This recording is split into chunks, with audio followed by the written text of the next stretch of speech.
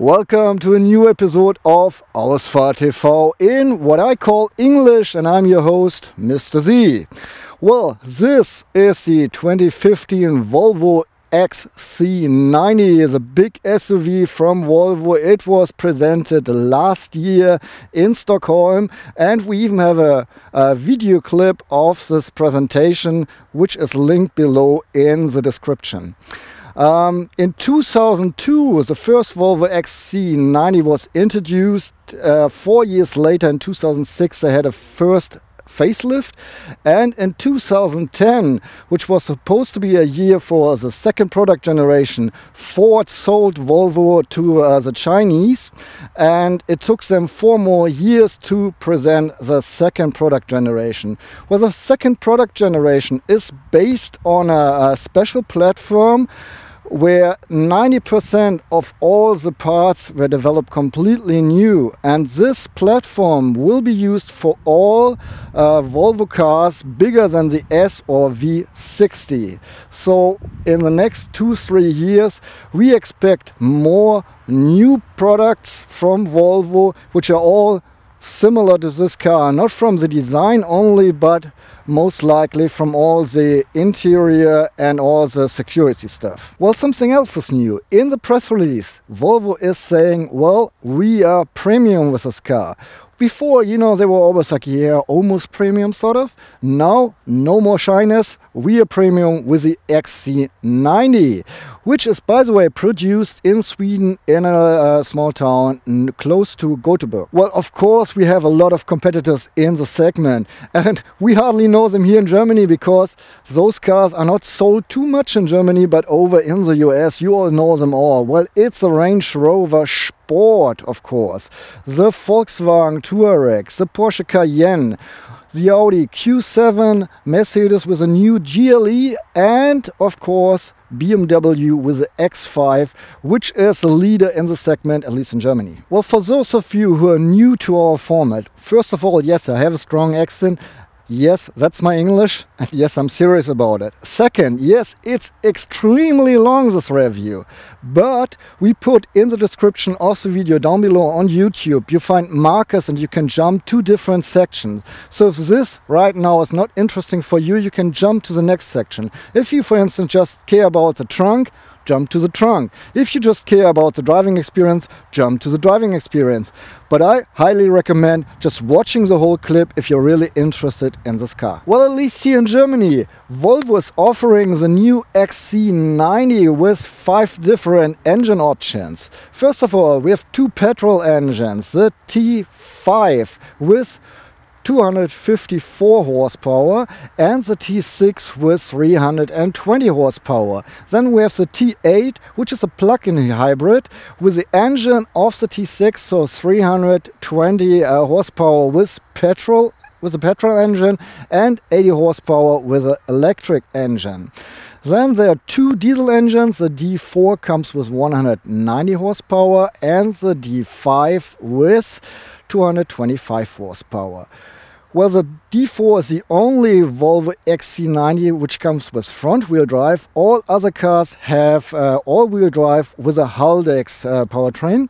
And what else is there? Oh, all the XC90s come with an 8-speed Geartronic automatic transmission. Actually, I said everything already, but once again, here under all this plastics we find the heart of our test car, the big diesel 225 horsepower. It's good for maximum torque of 470 Newton meters, and you get them in a range between 1750 and 2500 RPM. Of course, it's an all-wheel drive that comes with a 8-speed Geartronic automatic transmission.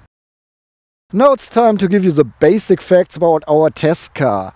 This tank accelerates from 0 to 100 kilometers per hour or 62 miles per hour in 7.8 seconds, and the top speed is reached at 220 kilometers per hour, which equals 137 miles per hour. The gas tank of the 2015 Volvo XC90 D5 all-wheel drive is good for 71 liters, which equals 18.8 gallons. Volvo claims a fuel consumption of 5.8 liters on 100 kilometers or 40.5 miles per gallon, which means that under perfect conditions you can drive up to 1,220 kilometers or 760 miles without getting gas. In terms of CO2 emissions, the 2015 Volvo XC90 D5 all-wheel drive sets free 152 grams per kilometer according to Volvo.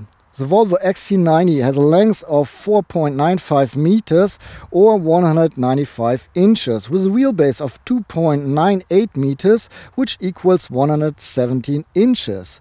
It is 1.77 meters high or 70 inches, and it is 1.95 meters wide, which equals 77 inches. From mirror tip to mirror tip, it's even 2.14 meters wide or 84 inches. As of the turning circle, you need at least 12.1 meters or 39.7 feet of free space. The curb weight is 2,130 kilograms or 4,696 pounds. The admissible total weight is 2,750 kilograms, which equals 6,063 pounds. In Germany, our test car would cost round about 87,700 euros. In Germany at least, Volvo is offering the XC90 with 4 different option lines. We have the highest one, the most luxury one, called Inscription. Almost the same level of Inscription is the R design, which is a more sporty line. Ours is more luxury. Well, and I've already told you 90% of all the parts in this car are completely new developed, so it's a new car. It looks different all the way through.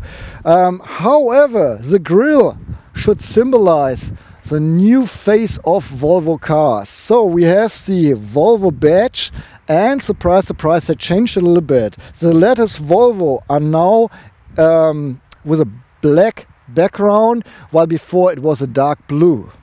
Well, that's new. However, the circle with the arrow is still there, and in the grille we have this stripe which is following this arrow. So this is a new face. We have LED daylight, day running light, LED day running light. I always mess up. However, the shape of this day running light has nothing to do with MC Hammer. No, it's Thor's hammer. So they used the Nordic mythology to and brought it in the car, and even this doesn't really look like a big hammer.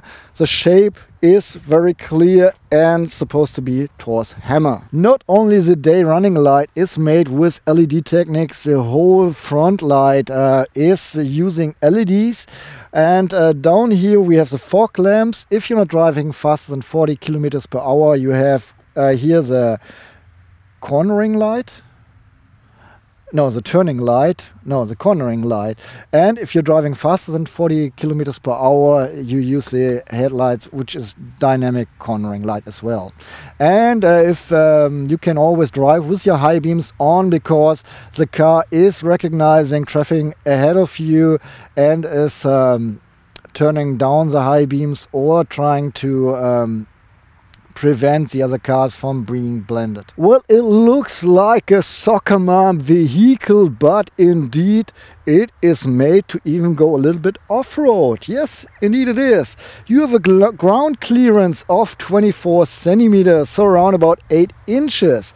And you can go wading with the car in the water even, if the water is not deeper than 45 centimeters or 18 inches. You have a front slope angle of 23.8 degrees and a rear slope angle of 23.3 degrees, while the ramp breakover angle is even 21.3 degrees. Well, we have an adaptive suspension with an adaptive damper system. So the ground clearance of 24 centimeters is varies depending on what you do. So you can lower the car up to 4 centimeters to easily get in, or you can raise it even up when you go off-road. I feel a little bit Harry Potter-like. Luminous. Well, that's the name of the color we have here. Luminous Sand Metallic. It's an optional color, one of 13 colors you can choose from, at least in Germany. In the very basis version, with a basis line, the Volvo XC90 stands on very tiny 18-inch alloys. Our car is supposed to stand on 19-inch, or comes with 19-inch by factory settings, but we got optional 20-inch on here. But that's not all. No. You can even order 21 or 22-inch rims for this car. Well, looking at the back of the new Volvo XC90, we see that we don't see too much. Well, we have the typical Volvo rear lights that already start at the roof and go all the way down. By the way, all the lamps are full LED, so it's a full LED rear light. By the way, the lid is just one piece. I think in the former model you could put up the glass before. And here we have this huge exhaust pipes. Well, no, not really. The exhaust pipes are in there and they're rather small. Besides that, that's the back of the new Volvo XC90. Well, let's look inside. First, I'm gonna open this big door. Where am I? Still here. The door opens in an angle of about 80 degrees. Well, you know, my camera guy Toby, you will see him in a minute. He's a funny guy and he always gives me these jokes. As you see, it's an SUV, so it's easy to get in because the car is a little bit higher. And it's pretty easy to close the door. I have to reach out just a little bit to grab it. Before I start with our regular routine, I would like to point out that our test car is not only having the highest option line, but we have a package in here called Xenium, and for, at least in Germany, 4,800 euros, you get leather on the dashboard, a head-up display, the panoramic sunroof, as well as a rear camera. So if I say, oh, well, leather, you have to keep in mind, well, you have to pay extra for it. But I say, oh, leather on the dashboard, I love it. It's a pretty hard leather, but still, is there anything better than having leather even on the dashboard? I feel I'm having such a premium welcome feeling. I like it, really. And besides that, we have this application here in what they call metal mesh that you can choose or order in 2 different woods as well. It's a wooden application, one really dark one and the other one more natural wood, at least from the color wise. However, wherever I touch, well, this is not leather anymore. Well, it is. Even here? Oh wow, no, that's, I'm not sure. However, wherever I touch in the doors, leather, and it all feels very well, and it really smells well too. So I'm really excited. Material wise, this is really premium appeal, and I say, yes, Volvo, you're right to say, well, we are premium now. One little excursus or detour. What you see right here is a speaker, and this little baby is a tweeter on top. Whoever is familiar with hi-fi or premium hi-fi sound system might know Bowers & Wilkins, an English brand. And I used to work for them at least 18 months. I was the online marketing manager for the German branch. And I got to know all the products, and they sound so well. You know, other people always say, well, you know, oh, Bose, oh, what a premium sound system, awesome. And I'm always sitting there, yeah, well, it's nice for the bass, but, you know, all the middle parts and the high tones, they sound not too well. That's because I got spoiled by Bowers & Wilkins. Listening to their speakers is such a,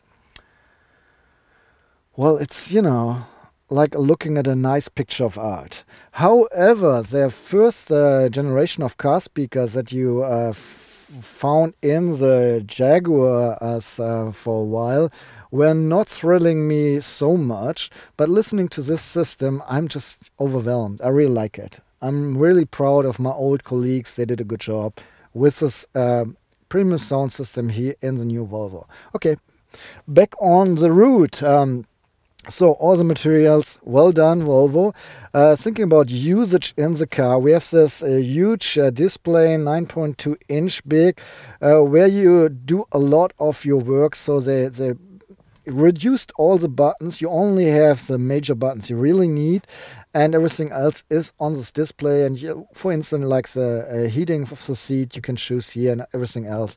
Besides that, this display is facing me as a driver. It's driver oriented even. Thumbs up, Volvo. Good job. I like if the car manufacturers think about the driver and that they are supposed to use the stuff. Besides that, all the switches, everything just fine. Thinking about space in here, even so the windscreen is not like going down all the way. Looking in the front, I think it might depend on the speaker here. It gives me a spacious feeling, you know, all this dashboard leather and then the speaker, you have space in the front, you know, where you look, you have space. And sitting here, I have so much space, you know, that's neat. And even looking aside, when I have a passenger like my camera guy Toby, who you will meet in a second, you still have space with a passenger on your side. You feel it's just a spacious feeling, period. So, and by the way, I'm 180 centimeters tall, so 5'11", and I can still put a fist between me, my head and the ceiling. Besides, I had no problems finding a good sitting position. I'm sitting very comfortable here. So let's see how Toby feels. Hello from my side. I'm 195 centimeters tall, so 6'5", and I can easily sit here in the car and steer the car. I don't even touch my legs with my hands. Everything is fine. It feels like I have lots of head space here. I can move my head, even go a little bit up. But when I take my hand between the ceiling and my head, I see that I feel that there's not that much space. But everything else is fine. The mirror is disturbing my field of view a little bit to the right in the most of the cases, but the rest is perfectly fine. Yeah. And back to our normal routine. We can adjust the height of the safety belts at our shoulder. And this is the length of the safety belts, so you know, even if you eat a little bit more than I do, you still have plenty of space. We have two different seat options, actually three, but let's stick with two different seats in the Volvo XC90. We got the comfort seats, even they look so sporty, and the sport seats have even more side support. I think that's a cushion as well. They're adjustable electrically on the passenger seat as well as a driver seat, of course, and you have 3 memory spots to save your favorite position. Besides that, we have an electrical lumbar support. We can adjust the side support electrically, and we can adjust electrically how long we want to have the seat cushion. The leather is perforated for a reason, because the seats are not only coming with a heating system, but as well with an air condition, so you have air-conditioned seats. What I have to mention, and I'm not sure if it's just our test car or if they did it, you know, if all the cars have this, the air condition of the seats is pretty loud. You know, I was driving a thing with Toby or my daughter, and someone pushed on the air condition, or well, you know, the air for the passenger seat, and I was, where's this noise? You know, I turned on off the air for the whole car, and I still had a vent going, and that was just the seat. So pretty loud, and actually too loud for such a premium car. So Volvo, either it's just our car, so you might want to check it out at your local dealer, or they put it, you know, that's the basic setting, then please do something against it, because that's disturbing, at least for me. Okay, do I have everything? He's seated, 3 intensities, and oh, you can heat them up and cool them down at the same time. And people always ask me, why should I do this? Well, heat them up all the way. By the way, it takes around about 3 minutes to heat the seats up. And puts the vent on just one intensity, so you have a light air going and blowing you the heat to your body. I like this. Okay, to the steering wheel. It's coated with leather. You can adjust it manually. This is the radius. And you can, by the way, heat up the steering wheel as well over this seat option here. 3 intensities as well. And as well, it takes around about 3 minutes to really heat up. On the steering wheel, we have buttons as well. On the left side, we can control the adaptive cruise control or the speed limiter and the distance of the adaptive cruise control. On the right side, we have all the buttons to control the infotainment system on one hand and the board computer or the display on behind the steering wheel, the main display. That's pretty much it so far. Okay, the mirrors on both outer sides, they fit the car pretty well in terms of dimensions. They're big enough to see everything. What I really like is the blind spot one. It's like an eyebrow on the outer space of the mirror, and you can really see it well when it's on. So it's really giving you a good warning. That's what I like. Besides that, 90% of the parts are new, but not the inner mirror, because it's the same we had in the S60 and V60 cross country. It's sort of frameless. That's what I like. It has a nice design. You can see the whole rear window with the in the rear mirror. Rear window in the rear mirror, yes. And if you have we have 3 seat rows, and if you have all the headrest of the second and third seat row up, you hardly see anything. If you just have the headrest of the outer seats on, you still have a little frame that you can see through, which is fine. By the way, as an option, you can have a function to electrically lower all the headrests, so when you're driving all by yourself, you can maximum your view. I like this. Looking around my shoulder on the left side, I already get a feeling that the B pillar is not too small. I'm not saying we have a blind spot, but I see it's pretty wide. Turning my head around the right shoulder or over my right shoulder, I get the confirmation that the B pillar is pretty wide. And the C pillar, in conjunction with the headrest of the second seat row and the D pillar, C headrest, D pillar, we do have a blind spot here. So you have to use the mirror as well, to double check this. If the headrest is lowered, you have the window between the C and the D pillar where you can see through. But, however, the D pillar itself is pretty huge as well, just to mention it. Okay, now I have to turn on the car, because otherwise the display is not showing up. We have 2 choices. Either we have the display we know from the S60 V60, the 8-inch display with a round gauge in the center, or brand new, the 12.3-inch display we have right in here. So we have just vertical gauges, a speedometer up to 260 kilometers per hour. In the center we see the digital speed as well. On the right side is the RPM meter going up to 6,000 RPM with a red range starting at 7,700 something, or maybe even 4,900, I don't know. In the center we have space for whatever you want to see, either from your stereo, from the infotainment system, or from the navigation system, or what's just going on. You can choose in between.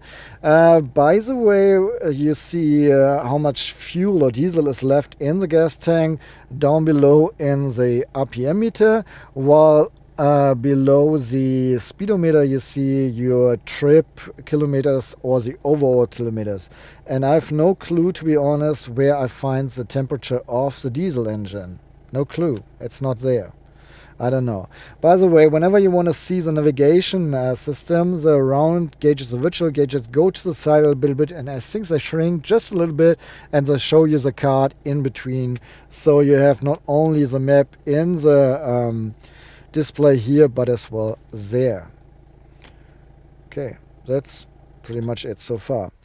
And by the way, you can control the board computer, give you different values, but I don't like how they made it because you can't really see it in the middle part, which is kind of sad, really. However, in the head-up display, no, I start with this display. I already said 9.2 inch. It feels a little bit bigger, by the way. Both displays you can easily read during daytime as well as during nighttime. And what I really like about this display, it's so responsive. When you think about the first touch screens we saw in the car, they were like you were pressing, lighting up a cigarette. No, smoking is bad for your health, but lighting up a cigarette, and then something finally happened. And here you just touch and click and whatever, and it's just working very fast. I like this. It's a good screen, really. And I want to point out, because like for instance, the Range Rover has such an awful font. You know, the letters are really hard to read, at least for me. Here we have a really nice one. Everything is easy to read and yeah, to use. Fine. Okay, then we have this optional head-up display giving us the speed and the current speed limit, if there is any speed limit, as well as the instructions from the navigation system. However, I mean, you can read it good during daytime and nighttime, no problems with that.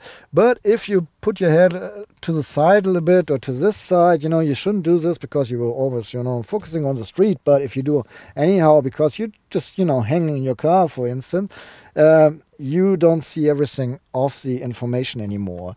That's, you know, I've seen better systems from other manufacturers. However, it's still good to read and I like it. We do have an ambient light in this car even. We have LED stripes under this metal mesh thing and some light which is illuminating the compartments in the door panels, as well as the light down here and the foot compartments. The foot room is illuminated as well. Everything just in white color, and I haven't seen any option to change this to another color, for instance.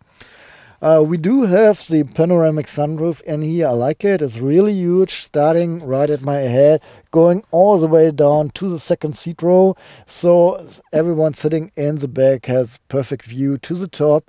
You can open the first part, of course, just slide it open or just, you know, slide it up a little bit. Besides, there's an electric blend that you can close, so you can close the whole window space and protect yourself from the sun outside. When you park your car somewhere in the heat and you leave the car and you leave the blend open, it will close itself automatically once the temperature in the car is more or reaches more than 25 degrees Celsius. Neat option. Well, that's it. Not really, because the Germans always make me do this, and I will do it for you as well, because, you know, I tolerate everyone. So here's the check of the horn. That's how it sounds like. And now it's time for the Ausfahrt.tv, and I'm saying Ausfahrt, which is a German word for exit. You know, the exit the highway and not asphalt, just to make it sure. The Ausfahrt.tv compartment check, where I show you around where you can put all your stuff in the car. In the door panels, we have space for this half a liter bottle. Well, that's peanuts, because this 1.5 liter bottle fits in there as well. That's good. And we still have a lot of space for a wallet, CDs, whatever. You know, that's lots of space. Here's the handle which I can use to close the door, or can I just use it as another compartment, because the surface of the bottom is, you know, anti-slip material. Next to the steering wheel on the left we have a little compartment as well. My whole hand fits in there, and it's all covered with clothes. This typical Volvo thing, you know, where you could put something in here, it's vanished, but we have this baby here. In the front we have a little compartment, you know, anti-slip surface for, you know, coins, maybe 1 key or 2. And then we have this long baby, starting with a 12-volt outlet that you can use up to 120 watts. Right behind it is a little space, anti-slip surface as well, which is right big enough for the key. And then we have 2 cup holders. The first one is a little bit tighter than the second one. On both cup holders we have spacers. And I was really surprised, even this bottle fits in both holders, but doesn't make sense, right? Does it? No, makes no sense. And if you don't use it, you can close it and it looks nicer. Here's the armrest that is not adjustable, but you can open it at least. We have as an option a CD player in here, sticking in upside down. Well, at least this way. Optional in Germany costs 110 euros extra. And in front of us we have a compartment which is smaller this way once you have the CD player, but it has an outlet for USB and line in. So I'm charging my iPhone here, and you know, this is my bottle and it would fit at least this way down in here, so you know a little bit about the size of the thing. Closing it down again. The gloves compartment, you can reach everywhere, but the button to open is right here, and it's released. So here's a Volvo board material. You can put, I think, twice as much in the compartment. By the way, you can cool it down, at least with the air of the air condition, and it's illuminated as well. And as well we have a little clip, a little holder for a pen in here. But that's it. Both shades have makeup mirrors with a little LED on the side and a little clip holder. And there's another clip holder right here at the windscreen. We have reading lights for the driver and the passenger, and both together are the entry light. Here's the little handle for the sunroof, and we have a Volvo on-call thing and a Volvo SOS button up here. On all 4 doors we find handles. Alright, and now it's time for the second seat row. Well, same as in the front, you can easily get in because it's a little bit higher. Just step up a little bit and put your butt on the seat, and in the rear you can easily grab the door. In the second seat row, it's as luxury as in the front. I'm serious. I'm sitting on fine leather seats. They're perforated as well. And they even look like I would have a little bit of side support, but I don't, to be honest. It's no, not really side support on the seat. However, I forgot to mention in the front, the seats feel kind of hard, you know, but still very comfortable. Same in the rear. So I'm 180 centimeters tall, so 5'11". The driver's seat is put in the position where I can sit comfortable.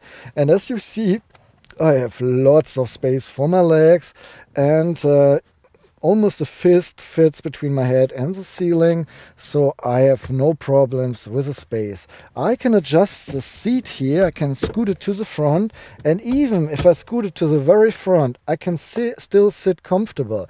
Well, my legs, space for my legs is not very huge anymore, but still I can even imagine sitting here for a couple 100 kilometers. So I'm impressed how much space I got in here. I'm scooting to the back, and here comes Toby. Now I'm sitting in the rear. The driver's seat is put in my position. I'm 195 centimeters tall, so 5'6". I have no leg space, literally 0 leg space. I don't think there will even fit a piece of paper between my legs and the seat.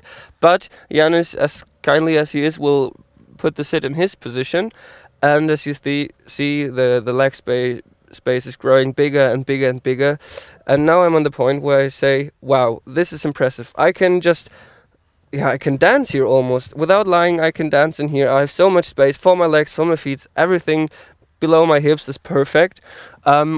My head space is a little bit limited because of the big panoramic sunroof we have, because I can, hardly put my hand between the ceiling and my head, but that's alright. And because of the leg space I have, I can just scoot a little bit to the front and land back then, and then everything perfectly fine. I'm really impressed how good I can sit in here. Well, back with me and back with the normal stuff. Let me look and find some compartments. In the door panels we have enough space for this half-a-liter bottle. I think a 1 liter bottle might fit in here as well, and we still have a little bit of space for, well, some wallet or whatever. In the door panel, this grip is like in the front. The button is put like some anti-slip material, so you can put something in here. The rear of the front seat, it's, you know, hard plastic. However, we have a little net in here where we can put some magazines, some comics, whatever. Here's a little panel, pretty neat, where you can adjust the third climate zone. First one is for the driver, second one for the passenger, third one for the second seat row, and I can even heat up the outer seats here pretty neatly. We have air outlets not only in the center but as well in the B-pillar. That's pretty neat. And down here we have a little drawer, and we find a 230 volt outlet that you can use up to 150 watts. And below that we have a 12 volt outlet with a maximum of 120 watts. In the middle seat we have an armrest. It's pretty low, by the way, and it's not really big. However, here we find another cup holder, which is good for this half-a-liter bottle, but no bigger bottles would fit in here. We have reading lights on both outer seats here at the side, an LED again, so that might eat your kids' reading.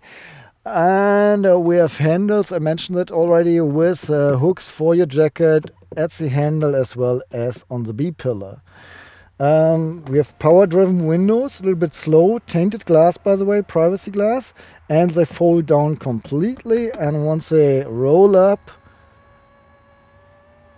yeah, they have a protection so your kids don't get harmed. By the way, if you have too much sun or not enough privacy in the back, you can pull up this shade here in the back manually. And did I forget anything? I don't think so. Well, scooting in the middle. And I'm quite surprised. I'm not even sitting on the locks of the doorbells, of the safety belts. So even 3 persons with my dimensions can sit in the second seat row. That's really impressive. However, I'm sitting really hard here, as well as the backrest is pretty hard. We have, by the way, Isofix hooks on both outer seats, but not in the middle. We can, by the way, you know, flip over the middle by itself. So if you have longer stuff that you want to transport somewhere, you can load it through here. And, whoopsie. The locks of the safety belts are stiff, and I'd like to show you length of the seat belts. Yeah, that's pretty long. It should be enough to buckle up child seats or even baby shelves. And that's it from the rear. And now again, I'm getting ready to climb in the third seat row. Well, you don't know it, but my second name is Danger Seeker. And of course, I'm climbing in the back. We have a little handle on the backrest of the second seat row, at least at both outer seats. So the backrest flips, and then you can push the seat forward and start climbing in. All right, jumping in the back and pulling the seats to me. Well, first of all, we lowered the first 2 seats just so we can film better. However, I'm quite surprised. I'm sitting here 180 centimeters tall, so 5'11". My legs are touching the back of the second seat row, but maybe Toby can help me out real quick, because in the second seat row I showed you that I can even push forward the seat all the way and still sit alright.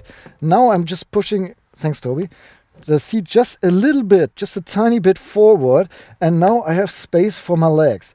You know, I can even go a little bit more and have more space, but honestly, I would sit here in the back even on long distance travels. You know, my headrest is really limited. If I scoot forward just a little bit, it's fine, but still my head is touching the ceiling. But just for my legs, it's fine. And even the seats. I mean, Volvo claims they're good for people not taller than 170 centimeters. I'm 180 centimeters tall. So I think, yeah, it's good. I'm pleased. I'm really pleased. We have safety belts here, of course. I'm a little bit sad that we don't have Isofix hooks back here. But look, the safety belts, they're longer than the one in the front. I can buckle up with ease. Yeah, I even have a cup holder here and a little compartment, just all hard plastics. But in the center we have another little compartment as well. That's fine. We have reading lights for both places, which is probably at same time the light for the trunk. But I'm really, really surprised. This baby you can really call a 7-seater. Because 7 people with my dimensions can sit in here and even travel a long time, long distance. Okay, off to the trunk. Well, we have unloaded something because we needed the third seat row and we didn't want to mess it all up.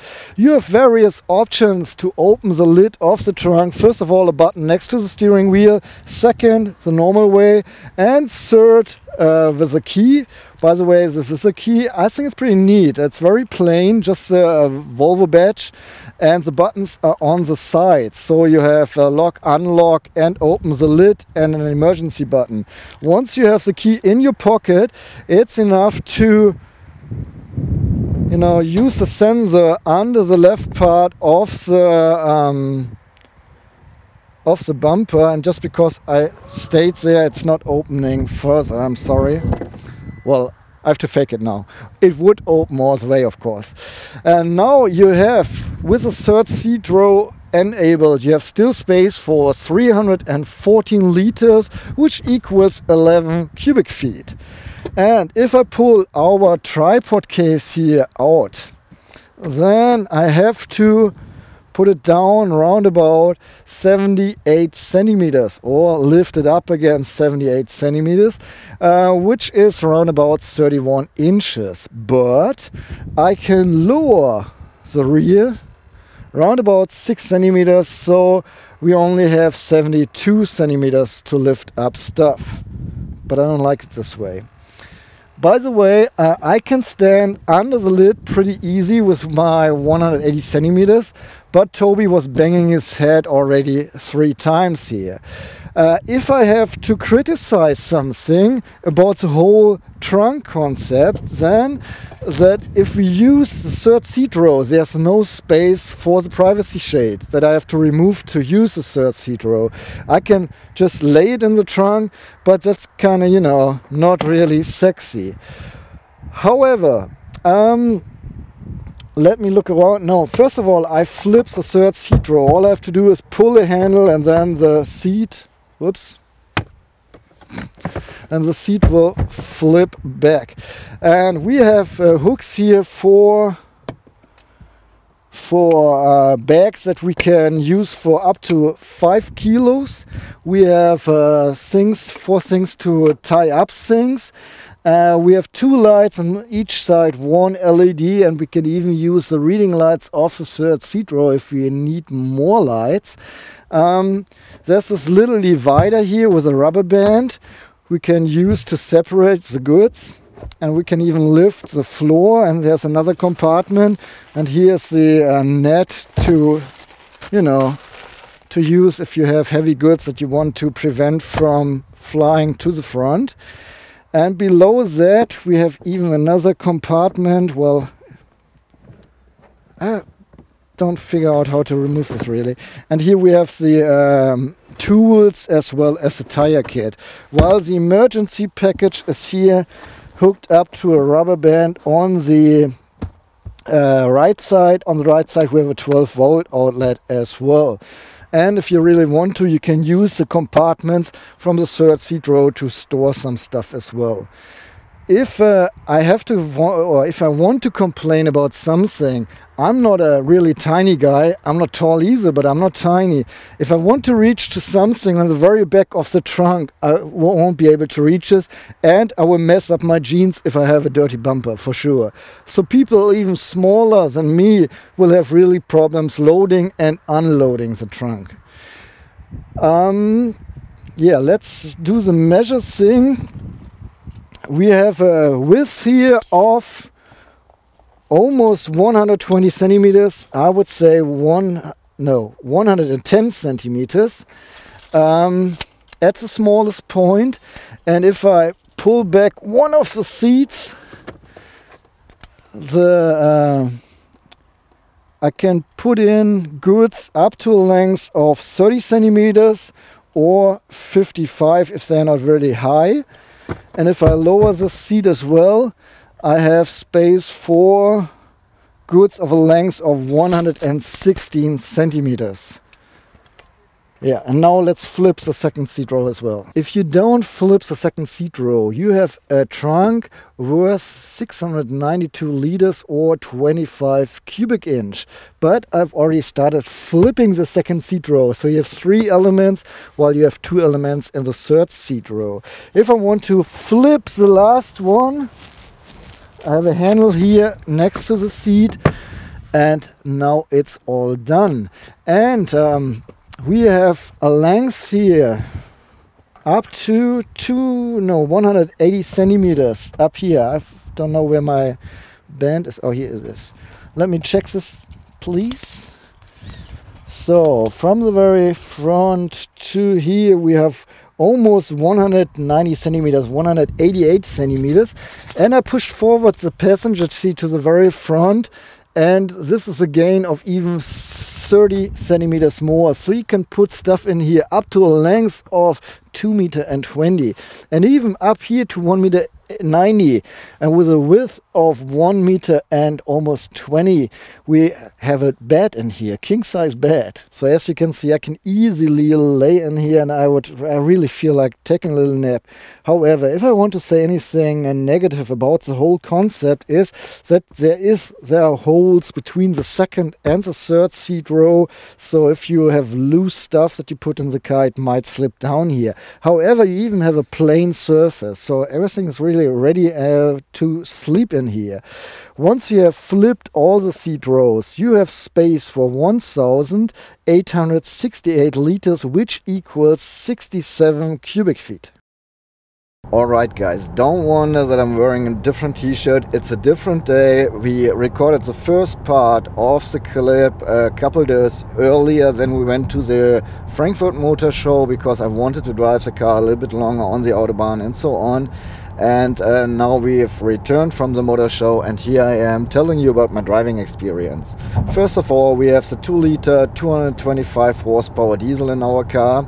And at no point I had the feeling that the engine does not have enough power for the car. Acceleration from 0 to 200 kilometers per hour, pretty seamless. Starting at 200 kilometers per hour, it gets a little harder. Well, quite harder actually. However, you know, accelerating up from 60 to 80, from 80 to 100 or 120, everything just fine. I'm very, very pleased by the 8-speed Geartronic automatic transmission here. Shifting is very seamless. It doesn't matter if you put your foot on the throttle or if you just, you know, cruise around. It shifts easily. The 8 gears are perfect, so you don't have to have too much RPM, so the car doesn't get too loud unless you really try to drive the car sporty, which is kind of, you know, funny. And I haven't missed once at one point shifting pedals. I have the option to push the stick off the transmission to the left and shift manually the gears, or tell the transmission to shift manually how I want it, but I had no need at all. The steering, well, it's an SUV, so I don't expect direct steering. Steering is just fine and okay. I like it, how easy you can navigate the car through city traffic, into parking spots, especially with a 360-degree camera. And so the steering, I like it a lot. On the Autobahn it gets stiffer, so that's exactly how I want the steering to work. I have no complaints about the brakes. I think the brakes have the right dimension to handle this car. So yeah, nothing to complain about this. Driving the car, I mean, you don't do cornering, you know, heavy cornering with an SUV. And yes, you sit very high, so the center of gravity is high. You have a drive mode switch here, so you have different driving modes. Once you go in dynamics, the car lowers itself up to 4 centimeters. So the center of gravity lowers itself too, or of the car is lowered. And then you can drive even on country roads that are curvy, a little bit more sporty. But being honest, this is not a sports car, and I think no one expects going really sporty with this car. However, once you go into dynamics, the suspension, the air suspension gets much stiffer, and especially on bad roads you feel a significant change between comfort and dynamic. By the way, there's an off-road mode as well, where the air suspension lifts up the car up to 4 centimeters, so you have a little bit more of ground clearance. The suspension itself gets pretty stiff, and the throttle reacts in a totally different way. It does not accept the throttle in a way that you're used to while driving a car, because in heavy terrain you have to drive very slow, and this mode is just working up to 40 kilometers per hour anyway. The other mode is Eco, for driving more efficient, which has to do a lot with the throttle and the power of the air condition. And you have even the choice to put an individual mode. I didn't see it for quite a while, I just found out today, to be honest. And you have to enable this mode in the option and put all your settings where you want it. So yeah, there you can put your individual mode. Driving with the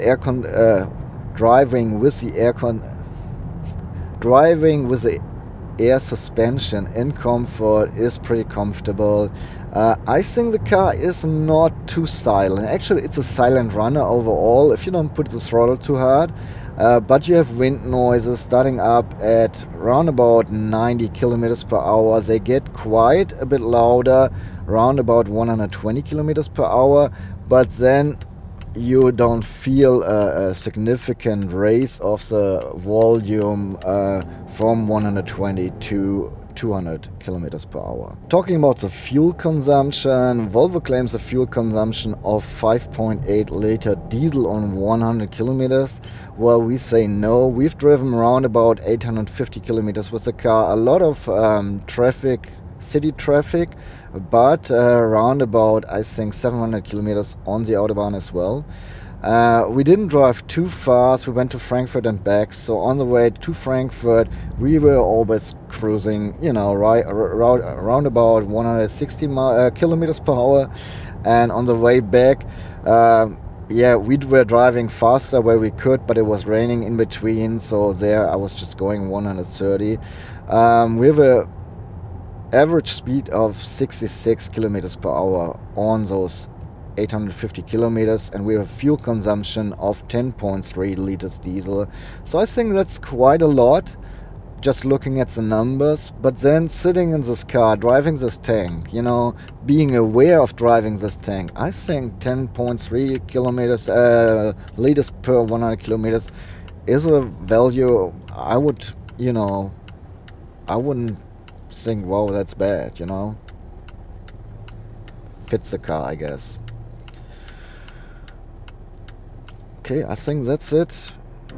Well, we didn't go off-road, tell you that. We tried the off-road mode, driving on a muddy and on a gravel road, but hey, you know, we didn't go in any ditch or whatever. So can't tell you about going off-road really. Well, if you ask me, you know, what do you think when you hear Volvo? I say, well, first of all, good for winter time, and second, very safe car. You know, safety is perfect in this car. Just that's crossing my mind. So Volvo is having a bunch of assist systems in this XC90 that we haven't tried and tested, and I'm very happy about it. You have a flip over assistant, you have a city safety assist. If you're really interested in this car, please read all this up at the Volvo site, because they put it there. They give you a lot of information about all the assist system. I'm just telling you something about the ones you use daily. For instance, the blind spot warner, I like it a lot because it's this eyebrow in the mirror that you see that is eliminated once you have someone in your blind spot, and if you ignore this and put on the turning signal, it warns you. What's a go? And we have an adaptive cruise control, works with charm, seamless from 30 kilometers per hour up to 200 kilometers per hour, and it slows down sweet and soft once the guy in front of you slows down.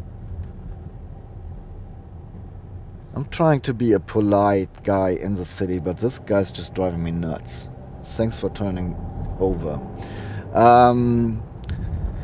We have a traffic sign recognition, which worked fine here in Germany. Every once in a while I have the feeling that there's problems with city limit signs, but everything else is just fine. I'm very mixed. I have mixed feelings about the active lane keeping assist, because I have the feeling every once in a while it, especially on higher speed, like driving 160 kilometers per hour, 100 miles per hour, it feels, at least in the steering wheel, it's doing something odd, but the car itself is not behaving odd then. So I think that I would just have to get used to it, and those 800 kilometers didn't, they were not enough for me to get used to this. What you just heard is the alert if you encounter an object too fast, or the car thinks you're about to hit something. It used to be like some LEDs, some red LEDs in other Volvos that were blinking. Since we have the head-up display, we have a warning sign inside the image of the head-up display. By the way, head-up display, I'm very pleased, except that you miss some information once you put your heads to the side. What I enjoy is that the instructions of the navigation system just pop up if you need to see them. So they're not there constantly. You have just the speed and the current speed limit, and this instruction just come a couple of seconds ahead when you really need them, and I like that. It's not too much information, and you can read it good either on nighttime or daytime.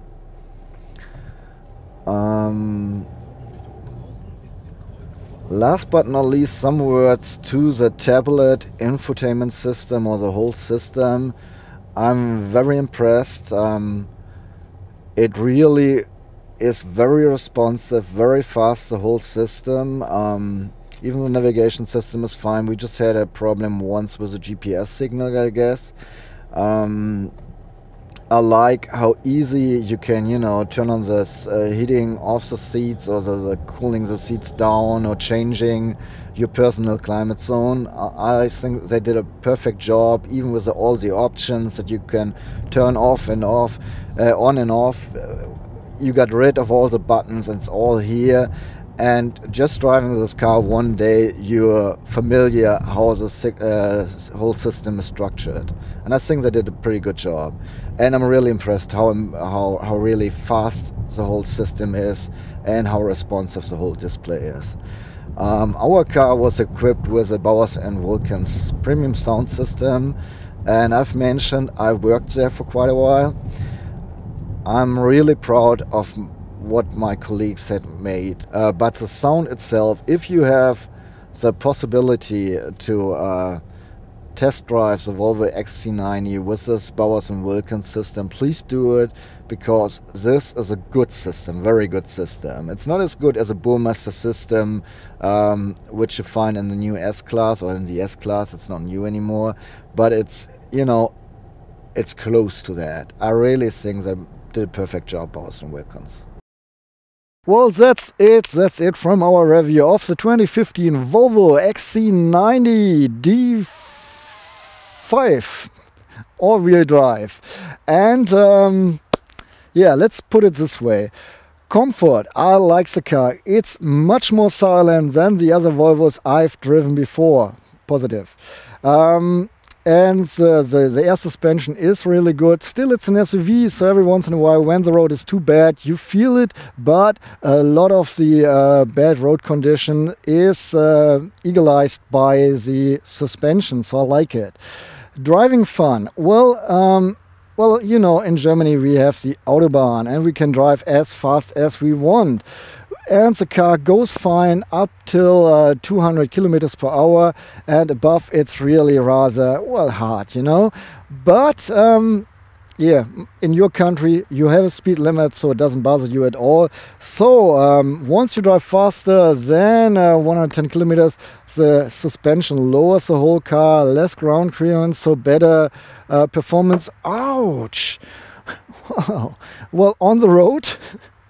And you feel this when you drive the curves a little bit faster, well, not with 110 kilometers, but on the Autobahn, for instance. So I think overall you can even have a little bit of driving fun, especially off-road with the off-road program.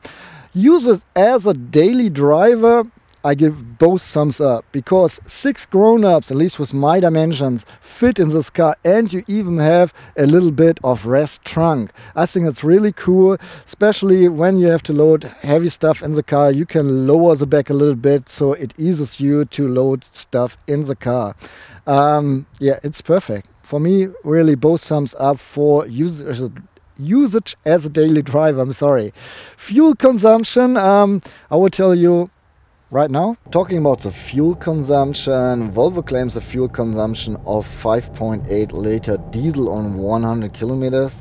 Well, we say no. We've driven around about 850 kilometers with the car. A lot of traffic, city traffic, but around about, I think, 700 kilometers on the Autobahn as well. We didn't drive too fast. We went to Frankfurt and back. So on the way to Frankfurt, we were always cruising, you know, around about 160 kilometers per hour. And on the way back, yeah, we were driving faster where we could, but it was raining in between. So there I was just going 130. We have an average speed of 66 kilometers per hour on those 850 kilometers, and we have fuel consumption of 10.3 liters diesel. So that's it. Overall, I can say it's a very interesting car, at least for me. I like the appearance outside and inside. I like how they managed to improve the driving quality and the driving experience. I'm wondering who will stop buying his favorite brand and switch to a Volvo, because I think out there will be a whole bunch of switchers who will decide themselves for the new Volvo with all the features I've shown you. So that's it. If you have any questions, please just put them below in the comments. We will try to answer, especially if something is unclear about what I've told you, maybe even with my broken English. If you like this clip, please give us a thumb up, because that's the way you can motivate us. And please, if you really like our clip, share it with your friends on YouTube, Facebook or Twitter, and even tell our friends, hey, there's this channel and this weird German talking some really weird English, but it's cool anyway, isn't it? Well, that's it from my side. I say goodbye. I hope you tune in next time when it's again Mr. Z speaks funny English and shows you some nice cars. Bye bye.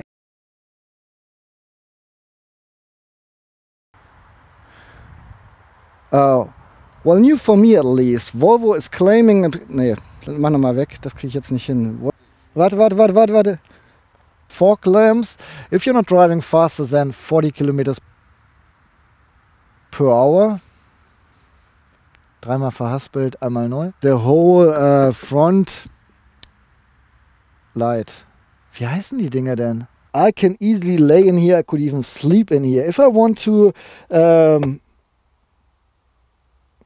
Stopp.